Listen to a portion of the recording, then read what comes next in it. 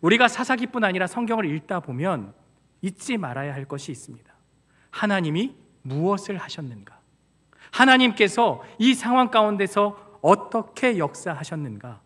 주어가 하나님이 되어야 합니다. 자꾸만 인간, 사람이 뭔가를 해야 할 것 같은 그러한 생각으로 말씀을 읽다 보니 300명의 용사였다라는 그러한 말이 나온 것으로 보여집니다. 전적으로 이 모든 것은 하나님의 승리입니다. 이 사사기 7장은요, 숫자가 많아서, 실력이 뛰어나서 이기는 것도 아니라 하나님이 이기게 하신 승리다라는 것을 우리가 먼저 전제하고 말씀을 살펴보면 좋을 것 같습니다.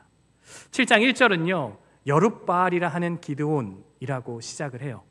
이제 기드온에게 먼저 앞서는 이름이 여룻바알입니다. 바알과 싸워 이긴 자, 바알과 다투는 자라는 뜻이에요. 기드온이 이전까지는 우상을 섬기는 가문에서 자란 사람입니다. 그가 사사가 되기에는 너무나도 부족한 것이 많은 자였어요. 하나님을 두려워하지 않고 오히려 우상과 사람을 두려워하고 의심 많았던 그런 기드온의 모습을 우리는 지난주에 살펴보았습니다.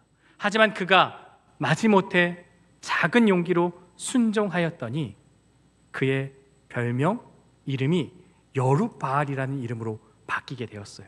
이제 여룻바알이라는 이름으로 나아갑니다. 이제 기드온이 하나님의 말씀 앞에 순종함을 통하여서 바알을 무너뜨리는 그러한 능력의 사람으로서 사용되어지는 것인데요, 새로운 정체성이 이 기드온에게 부어진 것이죠.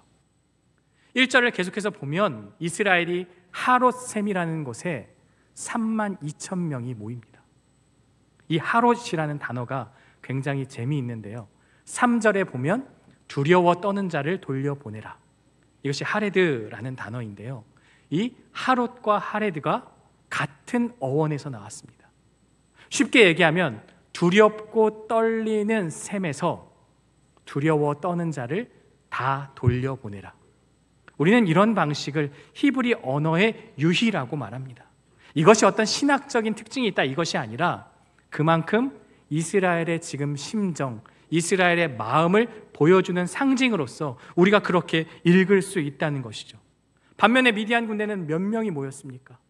7장에는 자세히 기록되어 있지 않지만 8장을 통해서 유추해 보면 13만 5천이라는 대군이 모여 있었습니다. 얼핏 계산해도 이스라엘보다 4배나 많습니다. 한 병사가 4명을 죽여야 이기는 승리다.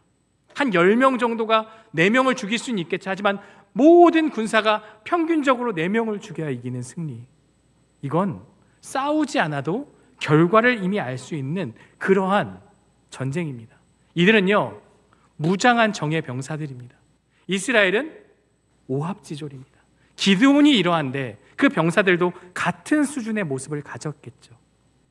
그런데요, 2절에 하나님께서 이렇게 말씀을 해요.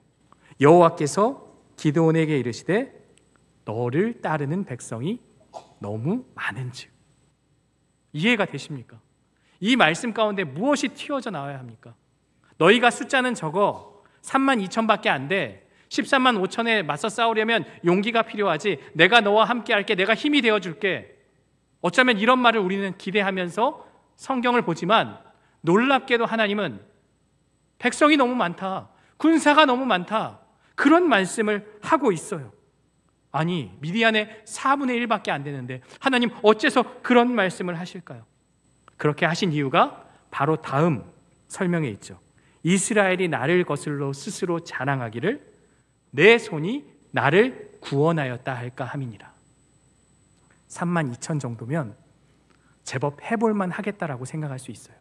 그리고 그 32,000으로 승리하면요, 하나님의 승리가 아니라 우리의 승리다. 우리가 용기를 가지고 싸워 이겼다. 우리가 열심을 다해서 최선을 다해서 싸웠기 때문에 우리의 승리다라고 주장할 것이 분명하다는 것을 하나님은 말씀하고 있습니다. 하나님의 도우심과 인도하심으로 승리하였다는 것을 그들이 교만한 마음을 품지 않도록 그렇게 말씀하신 것인데요. 그런데요, 기드온이 완전히 달라졌어요. 우리 기드온이 완전히 달라졌어요. 두려워서 떠는 자는 다 돌아가라.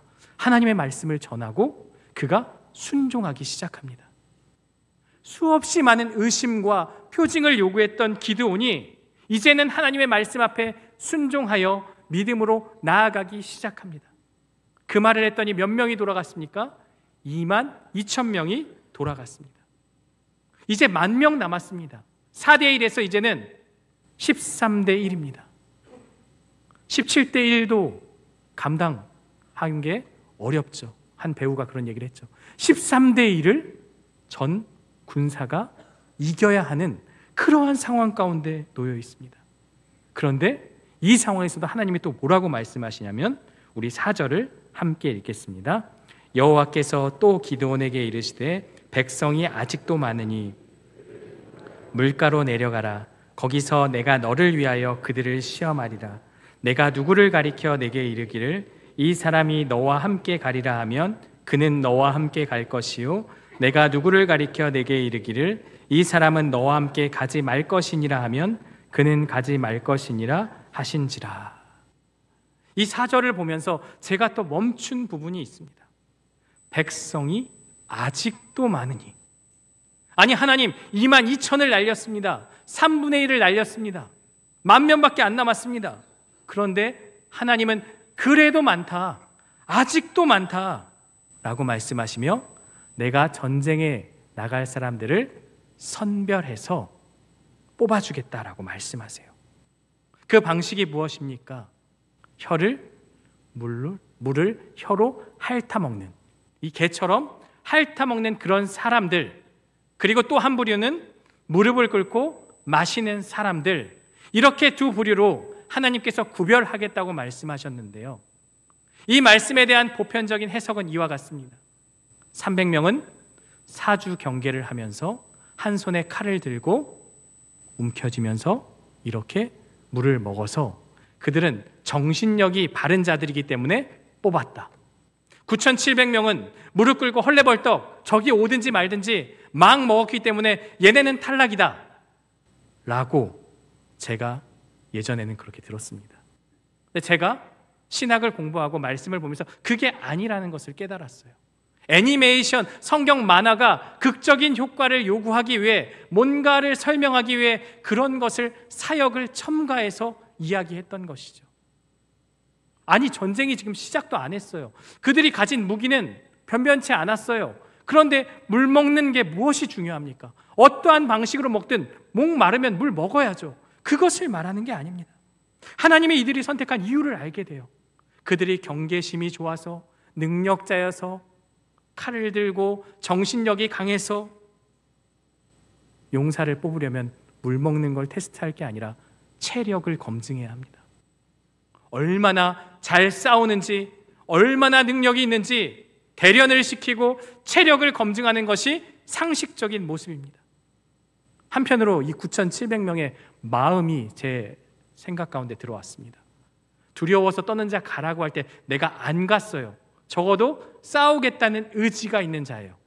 그런데 무릎을 꿇고 물을 먹었다는 이유로 그들은 다 돌아가게 된 것이죠. 핵심이 무엇인 줄 아십니까? 물을 먹는 방식이 중요한 게 아니라 하나님의 의도는 너희가 너희의 숫자로, 너희의 능력으로 승리하였다는 것, 그것을 없애기 위해, 하나님의 승리임을 강조하기 위해 최소한의 숫자, 적은 숫자 300명을 선택하신 것입니다. 제가 이 말씀을 읽으며 어떻게 하면 성도님들께 잘 설명할 수 있을까? 어떻게 하면 이것을 잘 설명할 수 있을까? 결론은 하나님 마음대로입니다. 그냥 하나님 생각대로, 하나님 뜻대로 소수를 택한 것입니다. 그러나 이 하나님의 뜻에는, 하나님의 택함에는 이유가 있다는 것을 우리는 알게 되어집니다. 여기서 한 가지 질문이 생겨요. 제가 이 전반부를 보면서 마지막에 고민했던 지점은 왜 300명일까? 그냥 기드온만 데리고 가서 승리하게 만들면 되지 왜 300을 데려갔을까? 라는 생각에 한참을 머물렀습니다. 근데 저는 한 가지 생각을 해봤어요. 혹시 이 300명은 전사로서, 용사로서 그들이 쓰임받는 자들이 아니라 하나님의 영광과 하나님의 승리를 경험하고 그것을 목격하고 이스라엘 백성들에게 가서 내가 하나님의 승리를 보았다, 내가 하나님의 역사하심을 경험하였다, 그것을 전하는 증인들이 아닐까라는 생각을 해봤어요. 증인이라고 생각하니까 이 300명이면 충분하다라는 생각이 들었어요. 이들이 어떠한 전쟁과 어떠한 그런 군사력과 그것이 아니라 하나님의 일하심, 하나님의 승리를 경험하는 증인들로서 이들을 부른 것이 아닐까, 그러한 생각을 해보게 됩니다. 그들은 용사도 아니고요, 아무것도 아닙니다. 하나님은 그러한 자들을 통해서도 승리를 허락하여 주십니다. 왜냐하면 이 싸움은 하나님께 속한 싸움이기 때문입니다. 능력은 숫자에 있는 것이 아니라 하나님께 있기 때문에 하나님을 온전히 의지하는 저와 여러분들 되시기를 주님의 이름으로 축원합니다. 이제 하나님의 승리가 이루어지는 과정에 대해서 좀 살펴볼 텐데요, 결과도 중요하지만 과정을 보면 하나님의 세밀하심이 느껴져요. 먼저 9절을 보면 그 밤에 여호와께서 기드온에게 이르시되, 이 표현을 우리가 주목해야 합니다. 여호와께서 이르시되, 하나님이 말씀하시면 그 말씀은 반드시 이루어집니다. 하나님이 말씀하시면 그 역사가 사건이 되고 하나님의 일하심이 드러나게 되는 것이죠. 그 일이 무엇입니까? 지금 일어나 진영으로 내려가라. 내가 그것을 내 손에 넘겨주었느니라. 아직 싸움도 시작하지 않았습니다. 전쟁은 시작되지도 않았어요. 그런데 하나님이 뭐라고 이야기하십니까? 이 이길 수 없는 전쟁인데 내가 그것을 너의 손에 넘겨주었다 라고 말씀하세요. 기드온 너의 손에 그 미디안을 넘겨주었다, 승리했다라고 과거 완료 시제로 말씀하고 있어요.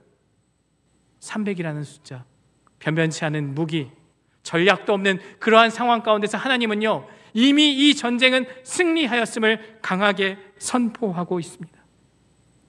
지금까지의 사사들이라면 기드온은 믿음으로 나아가면 됩니다.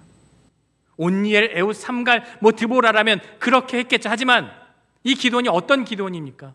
의심이 많고 표징을 자꾸만 요구하는 부족한 자였죠. 하나님은 그런 기드온의 마음을 잘 아셔요.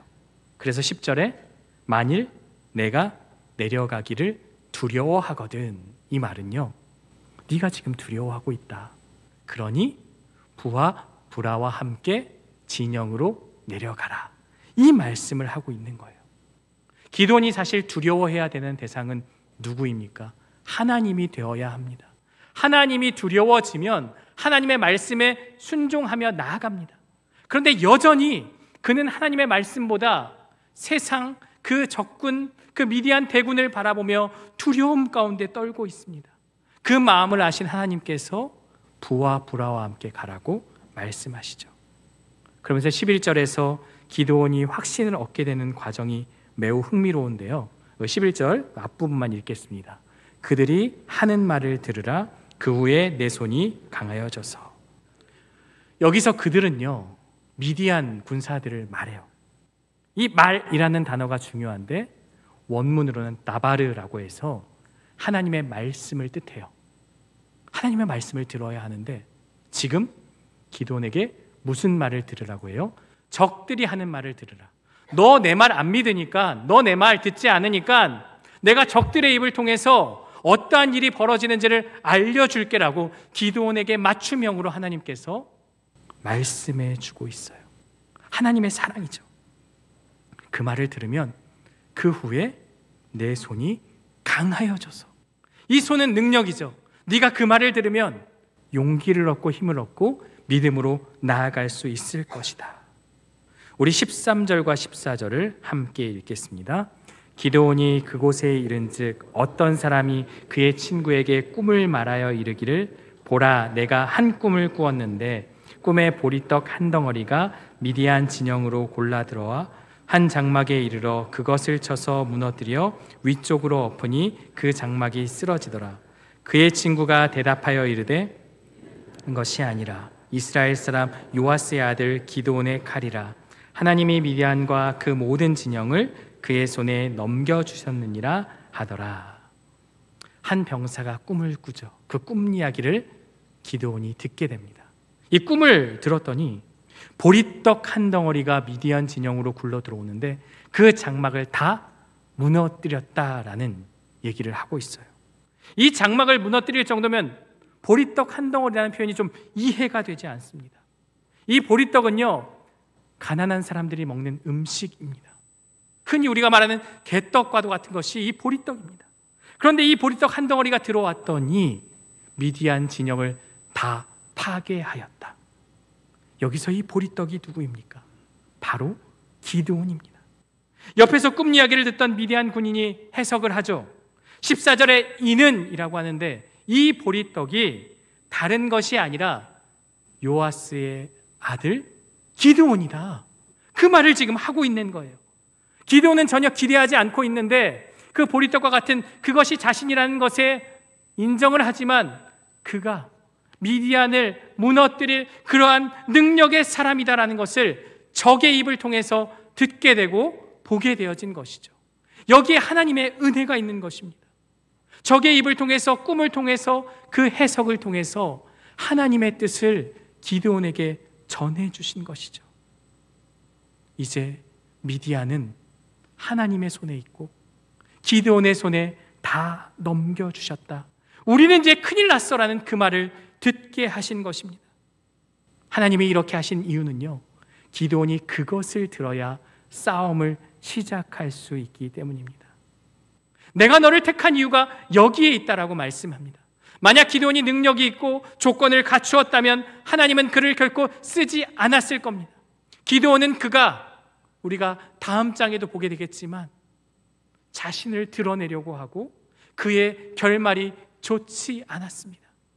여전히 자신을 드러내려고 하고 자신의 능력을 내세우려고 하기 때문에 하나님은 그것을 빼게 하기 위해서, 하나님의 승리임을 보여주기 위해서 약하고 보잘것없는 그를 들어 사용하셨던 것입니다. 하나님의 이러한 방식은요, 오늘 우리의 삶에도 그대로 적용됩니다. 우리의 연약함, 부족함, 평범함 때문에 나의 약함을 숨기려고 합니다. 어쩌면 내 삶에도 보리떡과 같은 그 지점이 있을 겁니다. 나의 낮은 학력, 불안정한 직장, 내세울 것 없는 나의 능력, 깊은 마음의 상처. 우리는 이런 보리떡 때문에 위축되고 하나님께 쓰임받을 자격조차 없다고 생각할 때가 많습니다. 하지만 바로 그 보리떡이 하나님께서 여러분들을 택하신 그 이유가 될 수 있습니다. 나의 연약함과 부족함이야말로 하나님의 강함이 강하게 드러나는 강력한 통로임을 우리에게 말씀해주고 있습니다. 당신이 가진 것이 적고 능력이 보잘것없다고 느껴질 때 비로소 하나님의 전능하심이 빛을 발하고 모든 영광이 그분께 돌아갈 수 있음을 믿으시는 저와 여러분들 되시기를 주님의 이름으로 축원합니다. 이제 기드온이 움직이기 시작하죠. 15절을 보면 일어나라, 여호와께서 미디안과 그 모든 진영을 너희 손에 넘겨주셨느니라. 하나님이 말씀하셔도 꼼짝 안 했던 기드온이 이제 사람을 움직이고 있어요. 확신을 얻게 된 기드온은요, 군대 300명을 세 대로 나누어서 나팔과 빈 항아리, 그리고 항아리 안에 횃불을 감추게 합니다. 무기가 너무 이상합니다. 칼도 없습니다. 그래도 승리할 수 있습니다. 하나님에게는 칼과 창과 무기가 중요한 게 아니라 하나님만 함께 하시면 되기 때문입니다. 17절을 보면요, 그들에게 이르되 너희는 나만 보고 내가 하는 대로 하되 내가 그 진영 근처에 이르러서 내가 하는 대로 너희도 그리하라. 이제 기드온이 완전히 달라졌습니다. 이제 내가 하는 그대로 너희가 따라서 해라. 나팔을 불며 외쳐라. 여호와를 위하여, 기드온을 위하여. 최고의 무기가 여호와의 이름에 있다는 것을 외치게 만드는 거죠. 이제 기드온은 밤 이경에 100명을 데리고 그 진영에 나아갑니다. 밤 10시쯤 파수꾼이 교대하는 그 소홀해지는 그 틈을 타 100명이 접근하게 됩니다. 그리고 바로 그 시간에 기드온과 100명의 군사는요, 나팔을 불고 빈 항아리를 깨부수게 됩니다. 나머지 군사들도 빈 항아리를 부수고 그 속에 있던 횃불을 들며 외칩니다. 20절 말씀을 우리 함께 읽겠습니다. 세대가 나팔을 불며 항아리를 부수고 왼손에 횃불을 들고 오른손에 나팔을 들어 불며 외쳐 이르되 여호와와 기드온의 칼이다 하고. 지금 외치는 것이 무엇입니까? 여호와와 함께하고 있는 기드온의 칼이다. 승리가 여호와께 있다는 것을 외치는 그 순간 미디안의 군사들은 혼비백산이 되어서 서로 죽이며 난리가 나는 그러한 상황을 경험하게 됩니다. 그런데요, 우리가 주목해야 할 것이 있습니다. 22절 말씀인데요, 우리 그 부분만 함께 읽겠습니다. 여호와께서 그 온 진영에서 친구끼리 칼로 치게 하심으로 적군이 도망하여. 승리의 비결을 7장을 쭉 읽어 내려가면서 기드온에게도 300명에게도 찾을 수 없었지만 저는 이 22절에서 정확하게 알게 됩니다. 승리의 주역이 누구입니까? 여호와께서. 승리의 중심이 여호와께서. 나팔과 빈 항아리 횃불은 무기라고 할 수 없을 정도로 보잘것없는 것입니다. 13만 5천에 비하면 300은 게임도 안 되는 숫자입니다. 그런데 그 상황에서 여호와께서 그들과 함께 하셨더니 서로 싸움이 나게 하고 서로 혼란이 나게 하고 그 모든 대군을 무찌르는 힘이 하나님께 있었던 것입니다. 전쟁을 이끈 분이 바로 하나님이십니다. 주어가 바로 하나님이다 라는 것을 우리는 다시 깨닫게 됩니다. 사랑하는 성도 여러분, 오늘 우리는 이 7장의 말씀을 통해서 세상의 기준과는 전혀 다른 하나님의 승리 방식에 대해서 살펴보았습니다. 기드온의 이야기는 우리에게 끊임없이 질문합니다. 과연 무엇이 승리하게 만들었는가? 그들이 용사가 맞는가? 그들의 능력이 있는 자들이 맞는가? 세상은요, 이 숫자에 능력에 초점을 맞추고 있습니다. 권력의 숫자, 돈의 숫자, 좋아요의 숫자가 끊임없이 비교당하며 평가받으며 그렇게 살아가고 있습니다. 우리의 가치와 성공이 이 숫자에 달려 있습니다. 그러나 하나님은요, 그게 아니다. 3만 2천도 많고 만도 많고 300이면 족하다. 13만 5천에 비하면 적은 수이지만 그것이 결국 무엇을 드러냅니까? 하나님에게 승리가 있다.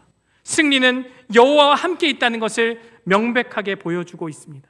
만약 그들이 숫자로 싸워서 이겼다면 이스라엘은 하나님이 아닌 자신들의 능력을 찬양했을 것입니다.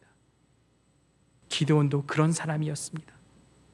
그러나 하나님은 그를 들어 사용하시는데요, 보잘것없는 보리떡 한 덩이 같은 그였지만 미디안의 장막을 무너뜨리는 그 꿈을 통해서 능력 없는 기드온을 들어 사용하시는 하나님의 능력을 우리는 보게 되어집니다.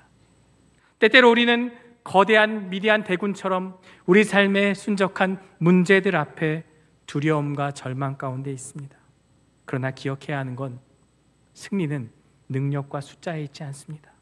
오직 하나님께서 우리와 함께 하시며 친히 싸우시면, 그 믿음만 있다면 우리는 승리할 수 있습니다.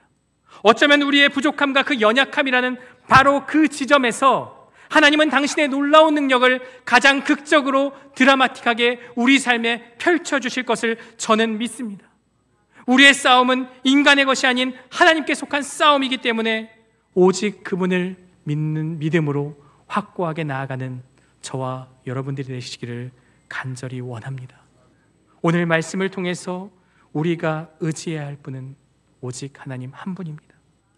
눈에 보이는 숫자와 세상의 평가와 타인의 시선이 아니라 하나님을 향한 진실한 믿음과 순종으로 살아감으로 우리의 삶 가운데 놀라운 하나님의 승리가 펼쳐지는 저와 여러분들 되시기를 주님의 이름으로 축원합니다.